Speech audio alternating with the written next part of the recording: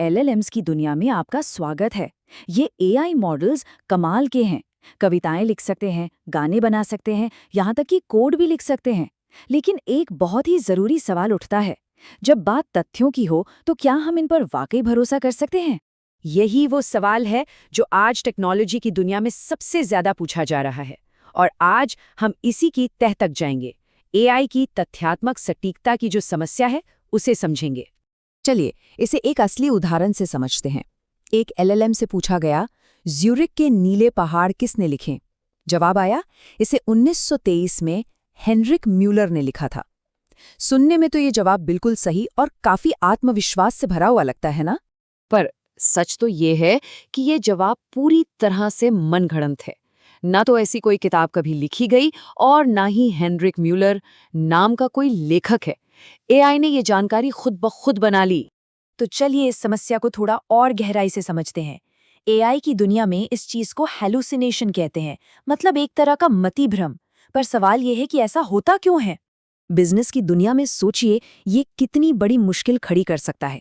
अगर आरएजी के बिना एआई से किसी कंपनी के रिफंड पॉलिसी के बारे में पूछा जाए तो वो या तो मना कर देगा या इससे भी बुरा एक नकली पॉलिसी बनाकर दे देगा। ऐसा इसलिए क्योंकि वो बस उन शब्दों को एक साथ रखने की कोशिश कर रहा है जो सुनने में सही लगे। लेकिन आरएजी के साथ एआई असली पॉलिसी डॉक्यूमेंट को देखकर एकदम सटीक जानकारी देगा। अब ये समझना बहुत जरूरी है कि एलएलएम्स जानबूझकर झूठ नहीं बोलते। वो तो बस अपने ट्रेनिंग डेटा से सीखे गए स्टैटिस्टिकल पैटर्न्स को फॉलो कर रहे होते हैं। उनकी कोशिश हमेशा अगला सबसे संभावित शब्द बताने की होती है, भले ही वो फैक्ट्स के हिसाब से गलत क्यों ना हो। तो फिर इस हैलुसिनेशन की समस्या का हल क्या है? इसका एक बहुत ही शानदार समाधान है, एआई को एक खुली किताब दे देना। और यहीं पर एंट्री होती है रिट्रीवल ऑगमेंटेड जनरेशन की, जिसे हम शॉर्ट में रैग कहते हैं। रैग असल में एक बहुत ही सरल लेकिन जबरदस्त 3 स्टेप वाली प्रोसेस पर काम करता है। पहला स्टेप है रिट्रीव, यानी किसी बाहरी नॉलेज सोर्स से काम की जानकारी ढूंढना। दूसरा स्टेप है ऑगमेंट, यानी उस ढूंढी हुई जानकारी को असली सवाल के साथ जोड़ देना। और तीसरा, जो कि सबसे जरूरी है, वो है जनरेट, यानी एआई को ये निर्देश देना कि वो सिर्फ दी गई जानकारी के आधार पर ही जवाब बनाए। और सबसे दिलचस्प बात जानते हैं क्या है? ये पावरफुल कॉन्सेप्ट सिर्फ थ्योरी नहीं है। जैसा कि इस स्लाइड पर पाइथन कोड में दिख रहा है, एक काम करने वाला आरएजी सिस्टम बहुत ही कम कोड में बनाया जा सकता है। ये सुनने में भले ही एक मुश्किल इंजीनियरिंग चैलेंज लगे, पर इसकी बुनियाद काफी सीधी और आसान है। लेकिन सवाल ये है कि एआई ये कैसे तय करता है कि कौन सी जानकारी काम की है और कौन सी नहीं। यहीं पर एम्बेडिंग्स और वेक्टर सर्च की असल तकनीक सामने आती है। एम्बेडिंग्स को आसान भाषा में ऐसे समझिए, इस शब्दों को नंबर्स की एक लंबी लिस्ट में बदलने का तरीका है, जिसे वेक्टर कहते हैं। इससे होता यह है कि कंप्यूटर शब्दों के मतलब और उनके बीच के रिश्ते को गणित के जरिए समझ पाता है। इसका सबसे मशहूर उदाहरण है, अगर हम राजा के वेक्टर से पुरुष का वेक्टर घटा दें और उसमें महिला का वेक्टर जोड़ दें, तो जो नया वेक्टर बनेगा वो रानी के वेक्टर के सबसे करीब होगा। ये वाकई कमाल है और ये दिखाता है कि एम्बेडिंग्स मतलब को कितनी गहराई से कैप्चर करती हैं। तो सिस्टम दो शब्दों के बीच की समानता को नापता कैसे है? इसके लिए कोसाइन सिमिलैरिटी का इस्तेमाल होता है। इसमें दो वेक्टर्स के बीच के एंगल को नापा जाता है। अगर एंगल छोटा है मतलब उनके अर्थ मिलते जुलते हैं, और अगर एंगल बड़ा है तो मतलब वो अलग अलग हैं। इस उदाहरण को देखिए, सेब और केला दोनों फलों के वेक्टर्स का एंगल एक दूसरे के बहुत करीब होगा, जो दिखाता है कि वो एक जैसे हैं। वहीं कार का वेक्टर इनसे बिल्कुल अलग दिशा में होगा, जो कम समानता दिखाता है ना? सिंपल लेकिन बहुत पावरफुल। ठीक है, तो हमने बेसिक्स तो समझ लिए।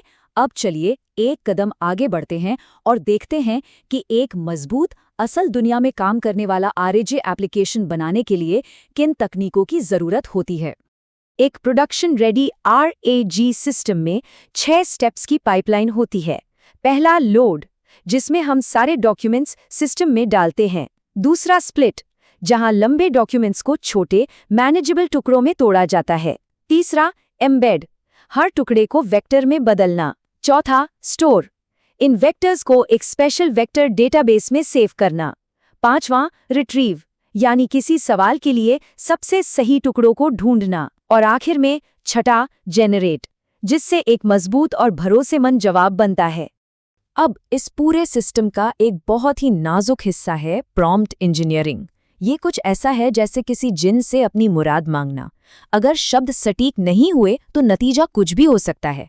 एक ढीले ढाले प्रॉम्प्ट और एक सावधानी से बनाए गए प्रॉम्प्ट के जवाब में जमीन आसमान का फर्क हो सकता है। रैग में सबसे जरूरी निर्देश ये है, सिर्फ दिए गए संदर्भ का उपयोग करके उत्तर दें, किसी भी पूर्व ज्ञान का उपयोग न करें। ये एक सख्त नियम है जो एआई को अपनी विशाल ट्रेनिंग मेमोरी में भटकने और मनगढ़ंत बातें करने से रोकता है। एक बेसिक आरएजी सिस्टम को प्रोफेशनल लेवल तक ले जाने के लिए कई एडवांस टेक्निकें भी हैं, जैसे कि री-रैंकिंग, जो रिजल्ट्स को दोबारा जांच कर और सटीक बनाती है, हाइब्रिड सर्च, जो कीवर्ड और मीनिंग दोनों तरह की सर्च का इस्तेमाल करती है, कैशिंग, जो बार बार पूछे जाने वाले सवालों के जवाब सेव करके सिस्टम को तेज और सस्ता बनाती है, और कन्वर्सेशन मेमोरी, जो एआई को पिछली बातें याद रखने में मदद करती है। तो इन सब का मतलब क्या निकलता है? फैक्ट्स पर आधारित एआई का भविष्य कैसा होगा? और रैग को असल में एक गेम चेंजर क्यों माना जा रहा है? जवाब बहुत सीधा है। आरएजी 3 बहुत जरूरी काम करता है। ये एआई को वेरीफाई करने लायक बनाता है क्योंकि हर जवाब का एक सोर्स होता है। ये उसे भरोसेमंद बनाता है क्योंकि वो फैक्ट्स पर आधारित होता है। और ये उसे हमेशा अपडेटेड और सस्ता बनाता है क्योंकि पूरे मॉडल को रीट्रेन करने की बजाय सिर्फ नॉलेज सोर्स को अपडेट करना पड़ता है। और इन सिस्टम्स का भरोसा सिर्फ एक एहसास नहीं है, इसे बाकायदा नापा जा सकता है। फेथफुलनेस ये देखती है कि कहीं एआई ने कोई फैक्ट गढ़ा तो नहीं। कॉन्टेक्स्ट रेलेवेंस ये जांचता है कि सही डॉक्यूमेंट ढूंढा गया या नहीं। और आंसर करेक्टनेस ये पक्का करता है कि एआई ने ढूंढे गए फैक्ट्स को सही तरीके से समझा है। तो ये सब हमें एक बहुत ही दिलचस्प सवाल पर लाकर छोड़ता है।